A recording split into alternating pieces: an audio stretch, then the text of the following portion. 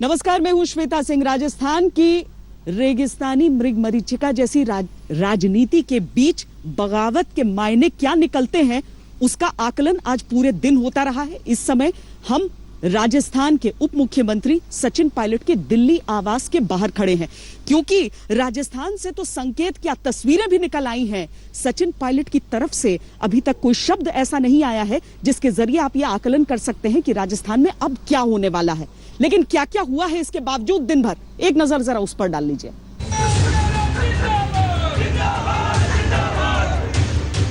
हम समेत सचिन जी के कांग्रेस पार्टी के हर विधायक का सम्मान करते हैं, वो हमारे साथी हैं।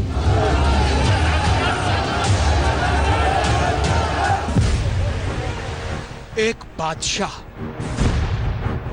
एक बागी और भूचाल जैसी बगावत। बादशाह, बागी और बगावत के बीच अदावत की हद तक ड्रामा हुआ। कोई दावे के साथ नहीं कह सकता कि ड्रामे की इतिश्री आज ही हो चुकी है। इस ड्रामे में सस्पेंस कल से ही था, रोमांच आज जुड़ा जब विधायक दल की बैठक, या यूं कहें कि अशोक गहलोत के शक्ति प्रदर्शन का इंतजार मिनट दर मिनट बढ़ते हुए घंटे दर घंटे बढ़ गया। सुबह का सूरज आसमान की अधिकतम ऊंचाई से होता हुआ नीचे को ढलने को आता है, तब तक गहलोत की सत्ता के सूरज पर ग्रहण लगा रहा। उधर दिल्ली में सचिन पायलट ये कहकर विरोधी खेमे में खलबली मचाते रहे कि बहुमत बहुत दूर की कौड़ी साबित होगा।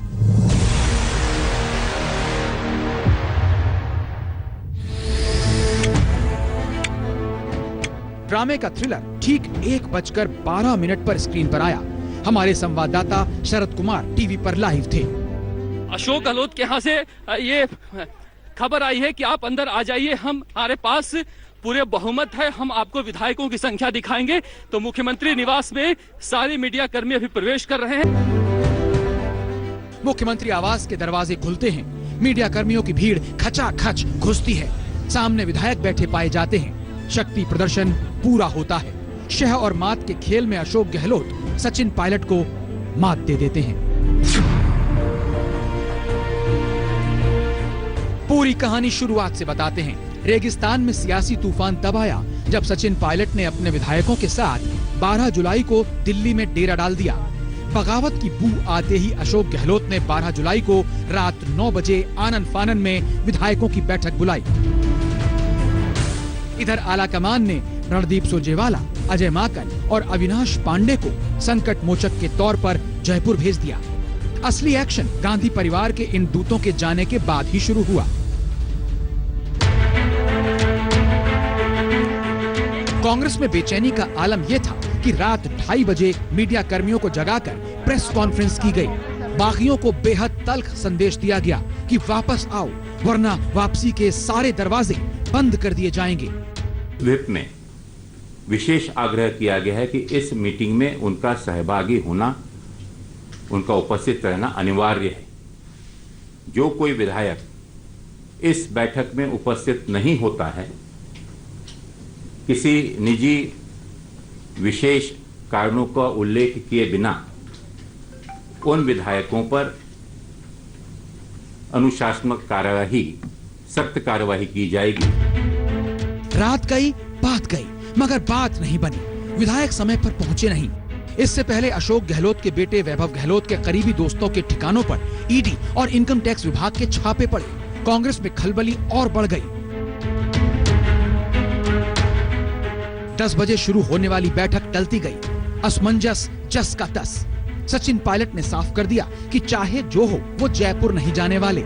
इस बीच रणदीप सुरजेवाला ने मीडिया के जरिए संदेश भेजा।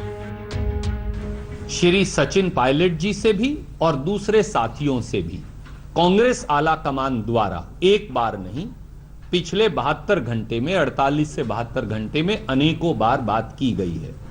48 से 72 घंटे में अनेकों बार सचिन पायलट जी से भी, दूसरे साथियों से भी बात हुई। उस बात का क्या क्या मजमून है, वो टेलीविजन पर कहना अनुचित होगा। मुख्यमंत्री आवास ने नया पैंतरा फेंका। कहा शुभ मुहूर्त दोपहर 12 बजे का है, बैठक उसी वक्त होगी। लेकिन इंतजार बढ़ने वाला था। सचिन पर ना धमकी का असर हुआ, ना आलाकमान के दरवाजे खुले होने के संदेश का। दोपहर चढ़ी, तपिश बढ़ी और कांग्रेस के दफ्तर से सचिन के पोस्टर तिनके की तरह उड़ा दिए गए। लगा सत्ता सिर्फ डोली ही नहीं है, टामाडोल है। रेगिस्तान में आया ये तूफान गहलोत को उड़ाकर ही दम लेगा। इसके बाद जो हुआ वो इस युवा नेता के लिए शहंशाह बनने के ख्वाबों के टूट जाने जैसा है। सचिन के पास सब कुछ है, जोश है, जनता है, समर्थक है, मगर एक ही कमी रही, वो है अनुभव की। ये सियासी ड्रामा उन्हें तगड़ा तजुर्बा देने वाला है। खैर, अब भी रुतबा ये कि प्रियंका गांधी ने उन्हें मनाने के लिए खुद कॉल किया। पार्टी दफ्तर पर हटाए गए पोस्टर लगा दिए गए हैं, मगर ये ड्रामा उन्हें गहरी टीस तो दे ही गया।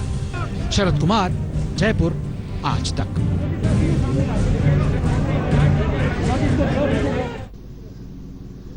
राजस्थान के मुख्यमंत्री अशोक गहलोत एक पारंपरिक नेता है। उनका जो स्टाइल है, उनका जो तरीका है, राजनीति में क्या से क्या कर देते हैं। उनको जादूगर कहा जाता है, वो खुद को भी जादूगर कहना पसंद करते हैं। लेकिन इस सब के बीच एक अनकन्वेंशनल नेता सचिन पायलट किस तरीके से राजस्थान में वहां के कांग्रेस प्रदेश अध्यक्ष रहते हुए उन्होंने सड़कों पर जा जाकर मेहनत की, और उसके बाद जब उप मुख्यमंत्री का पद मिला, उसके बाद से नाराजगी उनकी रह रहकर जाहिर होती रही। सचिन पायलट आज की तारीख में राजस्थान में बनती बिगड़ती सरकार के बीच किस तरह के किरदार हैं, जरा इस रिपोर्ट में वो भी देखिए।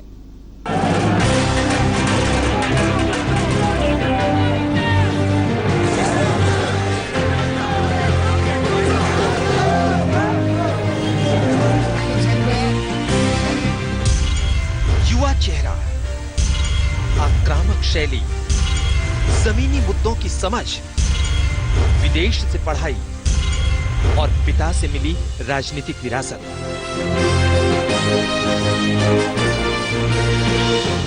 यानी राजनीति की बिसात पर बाजियां मारने का हर हुनर है सचिन पायलट के पास।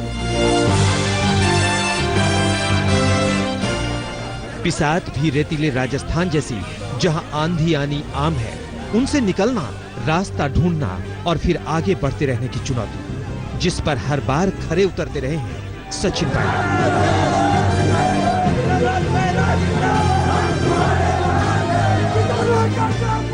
राजेश पायलट जैसे दिग्गज के बेटे सचिन पायलट 26 साल की उम्र में कांग्रेस से सांसद बने तो 35 साल की उम्र में उन्हें केंद्रीय कैबिनेट में जगह दी गई। इसके बाद 2014 में उन्हें राजस्थान प्रदेश कांग्रेस कमेटी की अहम जिम्मेदारी सौंप दी गई। इस जिम्मेदारी में उनके जोश और जुनून ने अहम किरदार निभाया।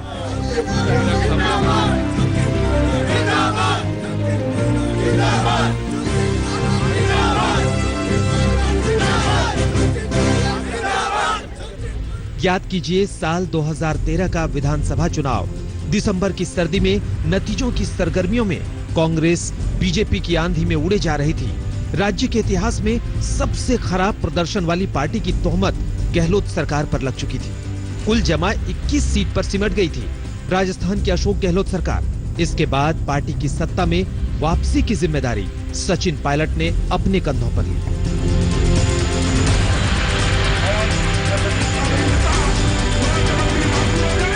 पांच साल तक उन्होंने खूब मेहनत की, न दिन देखा न रात। राजस्थान के कोने कोने में सभाएं की और 2 मोर्चों पर एक साथ काम किया। एक तरफ बीजेपी की उस वक्त की वसुंधरा सरकार के खिलाफ माहौल बनाया, तो दूसरी तरफ संगठन को मजबूत किया। ये वो वक्त था जब अशोक गहलोत दिल्ली में राहुल गांधी के साथ राष्ट्रीय राजनीति में व्यस्त थे। आखिरकार सचिन पायलट की मेहनत रंग लाई और 2018 में राजस्थान में वसुंधरा सरकार का बोरिया बिस्तर सिमट गया और कांग्रेस की शानदार वापसी हुई। ये वापसी इतनी जबरदस्त थी कि 5 साल पहले 21 सीट जीतने वाली कांग्रेस के खाते में आई पूरी 100 सीटें। अच्छा, परंपराएं, भाषा, शैली सब कुछ जाहिर है कि बचपन से रहे हैं तो आपको मालूम है, लेकिन पगड़ी बड़े अच्छे से, बड़े चाव से। इसका एक बड़ा इंटरेस्टिंग है क्योंकि 2014 में 13 दिसंबर में हम चुनाव हारे थे। 2014 जनवरी में मैं प्रदेश का अध्यक्ष बना था। तो उस समय मुझे लगा कि हम लोग जनता की अपेक्षाओं पे खरा नहीं उतर पाए हैं। तो मैंने उस टाइम प्रण लिया था, मैंने कहा जब तक सरकार राजस्थान में कांग्रेस की नहीं बनती है मैं साफा नहीं बांधूंगा। अच्छा। हाँ, और मैंने पूरे 5 साल साफा नहीं बांधा, लेकिन 12 दिसंबर को जब मतगणना हुई, जब कांग्रेस को बहुमत मिला, उसके बाद मैंने पहली बार 5 साल में साफा बांधा। सचिन पायलट के कंधों पर बैठकर कांग्रेस ने सत्ता में वापसी तो कर ली थी, लेकिन जब जीत का सेहरा बंधने का नंबर आया तो अशोक गहलोत का अनुभव और पार्टी में उनकी पकड़ युवा सचिन पायलट की 5 साल की मेहनत पर भारी पड़ गई। वो रूठ गए। रूठना लाजमी भी था, क्योंकि उन्होंने इस विधानसभा चुनाव में जी तोड़ मेहनत की थी। खैर, किसी तरह आला कमान ने उन्हें मनाया और आखिरकार उन्हें उप मुख्यमंत्री पद सौंप दिया गया। मैं सचिन पायलट ईश्वर की शपथ लेता हूँ कि मैं विधि द्वारा स्थापित भारत के संविधान के प्रति सच्ची श्रद्धा व निष्ठा रखूंगा। सबको लगा कि यह फॉर्मूला साल 2019 के लोकसभा चुनाव को देखते हुए बनाया गया है, लेकिन कुछ ही महीनों बाद अशोक गहलोत और सचिन पायलट की अनबन सामने आने लगी और सत्ता पर शक्ति प्रदर्शन की खींचतान बढ़ती ही चली गई। आज तक जब राजस्थान में विधानसभा के चुनाव लड़े गए थे तो उस समय ये इतना तय था कि मुख्यमंत्री के चेहरे का ऐलान भले न हो, लेकिन चूंकि सचिन पायलट उस पूरे कैंपेन को लीड करते रहे थे, इसीलिए सचिन पायलट को कई लोग और उनके समर्थक खास तौर पर मुख्यमंत्री के चेहरे के तौर पर देख रहे थे। लेकिन जब चुनावों का नतीजा आया तो मुख्यमंत्री के तौर पर अशोक गहलोत को वहां पर बिठाया गया। जाहिर है सचिन पायलट इन चीजों को लेकर हल्की सी नाराजगी महसूस करते रहे। समय समय पर यह नजर भी आती रही और किस तरह से टकराव होता रहा। आज की तारीख में अगर टकराव एक ऐसी स्थिति में पहुंचा, एक ऐसी जगह पर पहुंचा है जहां पर लगता है ये दरारें भर नहीं सकती हैं, तो इतना समझ लीजिए कि इसके पीछे की कहानी भी जरा लंबी है।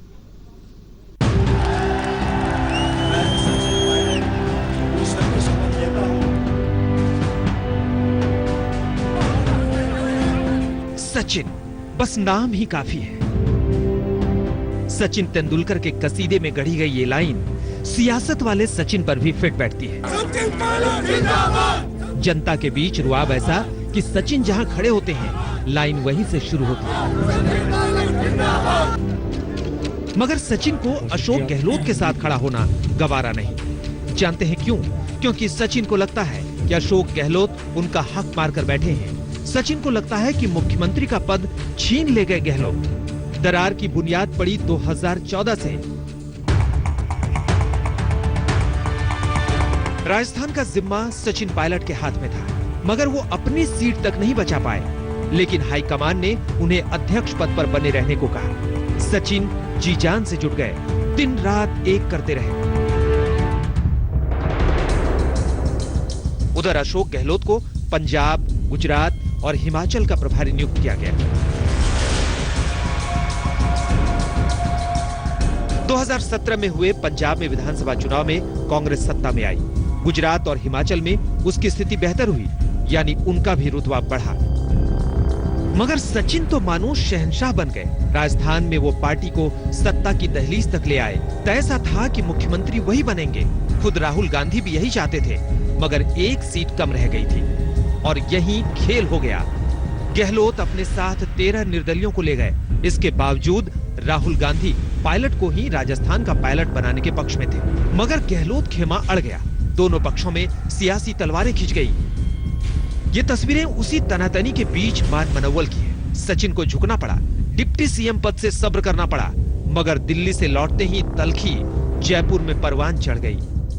शपथ ग्रहण समारोह में सचिन ने अपने लिए राज्यपाल के बगल में कुर्सी लगवाई। गहलोत चाहते थे कि यह कुर्सी सिर्फ उनकी लगे। बताया जाता है कि उन्होंने सचिन को यह कहकर कि उप मुख्यमंत्री कोई वैधानिक पोस्ट नहीं है, नीचा दिखाने की कोशिश की। इसके बाद तो समझौता और सुलह की बातें सिर्फ दस्तावेजों तक रही, हकीकत से कोसों दूर। विधानसभा में दाखिल होने के रास्ते पर भी गहलोत पायलट आमने सामने आ गए। सचिन पायलट उसी एंट्री से जाना चाहते थे जिनसे सीएम स्पीकर जाते हैं। तनातनी बढ़ी तो पायलट को स्पेशल गेस्ट वाले गेट से एंट्री दी गई। गहलोत ने धीरे धीरे सचिन पायलट के करीबी मंत्रियों को भी अपने खेमे में मिला लिया। प्रियंका गांधी के राजनीति में आने पर गहलोत 10 जनपद के और करीब होते गए। सचिन को बताया गया था कि 2019 तक कांग्रेस को राजस्थान में अशोक गहलोत के अनुभव की सख्त जरूरत है और ये भी कि मुख्यमंत्री के तौर पर उनकी ताजपोशी हो जाएगी। जब ताजपोशी दूर दूर तक होती नहीं दिखी तो सचिन तख्ता पलट पर निकल पड़े। आग में घी डालने का काम किया इस चिट्ठी ने। उप मुख्यमंत्री को जांच दल के सामने पेश होना था। पानी सिर के ऊपर से निकल गया। उन्हें अफसोस होगा कि वो इस पानी के ऊपर पराक्रम नहीं दिखा सके। रुक रहे एक छोटे से ब्रेक के लिए, आप देखते रहिए आज तक। नमस्कार, मैं हूं अंजना ओम कश्यप। हमें उम्मीद है ये वीडियो आपको पसंद आया होगा। लेटेस्ट खबरों के लिए यूं ही देखते रहिए आज तक और इस वीडियो के पसंद आने पर लाइक, शेयर एंड सब्सक्राइब करना ना भूलें।